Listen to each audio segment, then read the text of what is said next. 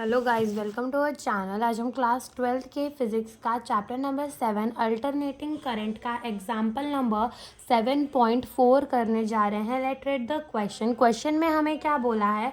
A 15 microfarad capacitor is connected to a 220 volt 50 hertz resource. Find the capacitive resistance and the current RMS and peak in the circuit if the frequency is double. What happened to the capacitive resistance and the current? तो हमें question में क्या क्या given है पहले हम वो लिख लेते हैं। तो क्वेश्चन में हमें क्या गिवन है, क्वेश्चन में हमें कैपेसिटर गिवन है, कितना गिवन है 15 माइक्रो फराड का, दैट इज 15 इंटू 10 की पावर -6 फराड का कैपेसिटर हमें गिवन है। और हमें क्वेश्चन में हमें वोल्टेज गिवन है, वोल्टेज गिवन है 220 वोल्ट और लिखा नहीं है एसी वोल्टेज है या डीसी वोल्टेज। इसका मतलब कि हमें क्या गिवन है, हमें गिवन है VRMS, यानी कि 220 वोल्ट हमें क्या गिवन है, VRMS गिवन है। देन हमें फ्रीक्वेंसी गिवन है कितनी, 50 हर्ट्ज की हमें फ्रीक्वेंसी गिवन है। फाइंड करना है कैपेसिटिव रेजिस्टेंस, कैपेसिटिव रेजिस्टेंस यानी कि XC हमें फाइंड करना है, जो कि कितना होता है 1/ओमेगा C के बराबर होता है ना।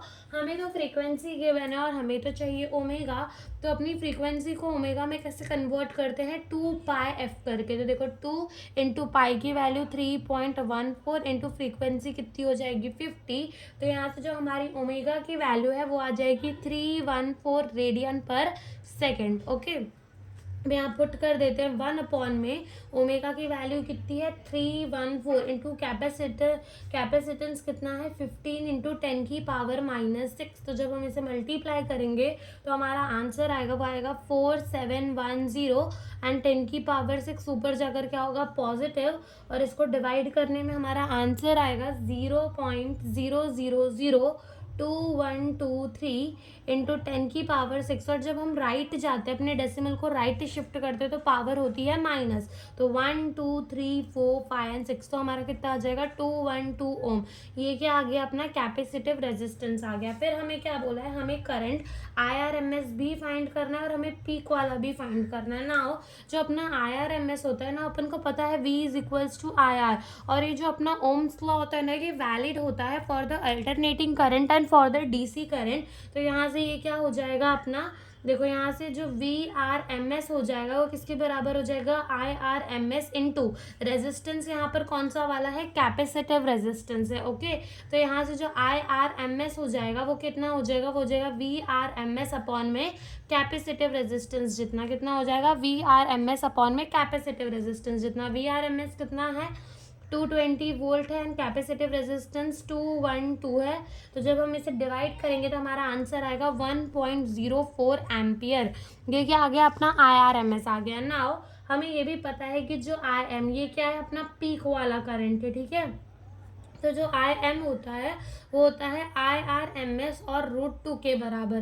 तो IRMS कितना है 1.04 एम्पियर इंटू √2 की वैल्यू होती है 1.41, और जब हम इसे मल्टीप्लाई करेंगे तो हमारा जो आंसर आएगा वो आएगा 1.47 एम्पियर। तो इतना अपना करंट आ जाएगा पीक वाला, इतना अपना RMS करंट आ जाएगा, और ये हमारा आ गया कैपेसिटिव रेजिस्टेंस। तो इतना ही हमें इस क्वेश्चन में पूछा था। और हमें क्वेश्चन में क्या पूछा है कि अगर फ्रीक्वेंसी को डबल कर दे तो कैपेसिटिव रेजिस्टेंस एंड करंट में क्या होगा।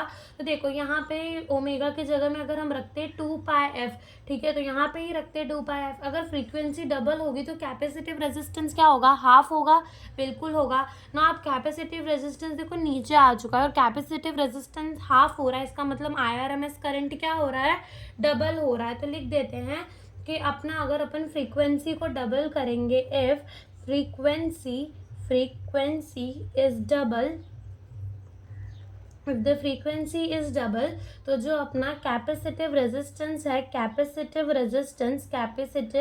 Resistance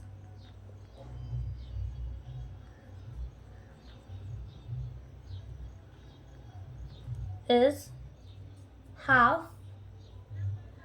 and IRMS current is double। ठीक है, तो ये हमारा आंसर है। Thank you for watching the video.